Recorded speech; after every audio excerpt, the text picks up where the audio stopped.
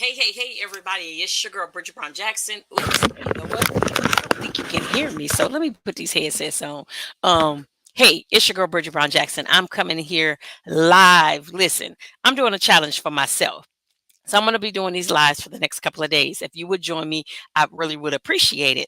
Listen, we're going to be talking about emotional intelligence for leaders, right? And so today we're going to unpack a couple of things. We're literally going to be 10 minus 1 minutes, 9 more minutes before you. Hey, so let me check.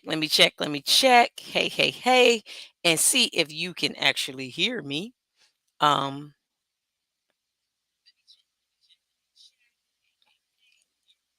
yes, you can. I can hear it on that end. All right. So, um, want to talk really quick with you about emotional intelligence. All right. So we're going to be talking about that. I'm going to be doing this over the next 10 days. So, what we're going to dive into is the fundamentals of the concept of emotional intelligence and talk about its key components. Okay. And why it's important and crucial for you as a leader to be able to do it and have the great team dynamics that you need to have. But first, today, all we're going to do is unpack like what is emotional intelligence. And if you follow me, I love to tell why it's important. So we're going to get into that. So basically, emotional intelligence, I call it EQ. Some people call it IQ, emotional intelligence or emotional quotient.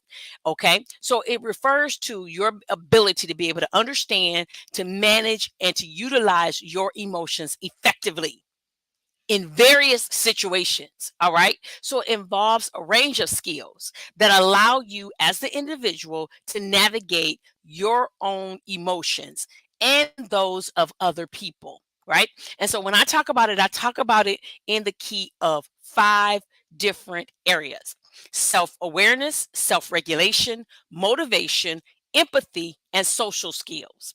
All right.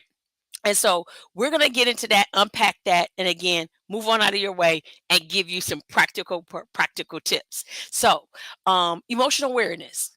Now, this is the foundation of emotional intelligence, right? So it's about you understanding your own emotions. So recognizing how they affect your thoughts, your behaviors, and having that insight into your strengths and your weaknesses, or I love to call them limitations, but I'm gonna use weakness because you all have. I don't know. It's the same thing. Limitation and weakness. Self-regulation is the second one. And that one is involving managing and controlling your emotional reactions. All right. I love to tell my kids when they were younger, for every action, there's a reaction, right? So it's about staying calm under pressure, adapting to change, and maintaining a balanced perspective, even when faced with challenges. So even when you're faced with challenges, you know how to keep your composure, right? And then motivation. Motivated leaders possess a strong divine drive to achieve their goals, right? And so they can inspire their teams and get a sense of purpose and enthusiasm. They can be very persistent in the face of setbacks or uh, set setting back the things that might take you back, right? Fostering a resilience, that's one of my favorite words, and positive work environment. All right. And then you got empathy. And empathy is the ability to be able to understand and share the feelings of other people. Leaders who are empathetic can connect with their team members on a deeper level. That in turn helps with fostering trust, which then can make sure that collaboration is happening and open communication. So empathy is vital for a team, right? And then last but not least, social skills. And effective leaders are skilled in building relationships. See, that was a good thing for me. As a leader, I loved, and I say as a leader, like I'm not a leader anymore, but when I was directly leading large teams, right? I don't lead large teams right now, but I use all of that gift of the large teams for my business now. Anyways, back to what I was saying, social skills. We want those social skills to happen. And so that networking, navigating social situations, they can communicate clearly and help people resolve conflicts and influence others positively when again you have those social skills. You've seen people before that can get people to do anything. Why? Because of the fact that they have that. All right. And so we're going to literally look into that and everything. So as we do that, I want to get into five things. So I gave you the five different components of emotional intelligence. Remember, they are self-awareness, self-regulation, motivation, empathy, and social skills. Well, let me give you some practicality about that. So why is it important? Because you can make better decisions. And it's important as leaders. It's important being on a team. So whether you're a leader or you're on the team, you want to make really, really good decisions. Well, it helps when you have a high EQ.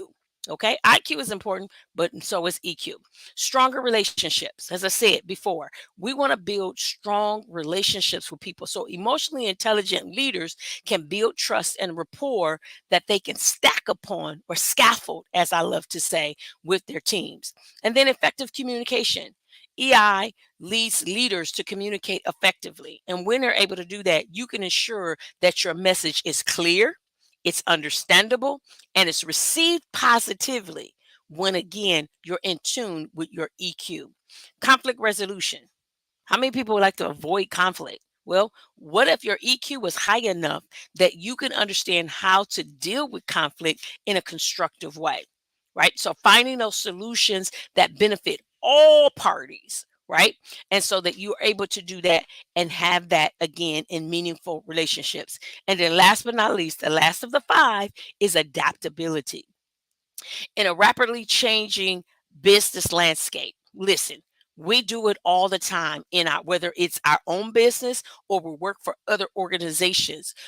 High leaders with high EQ, they're able to adapt to new challenges. And that's what you want to happen.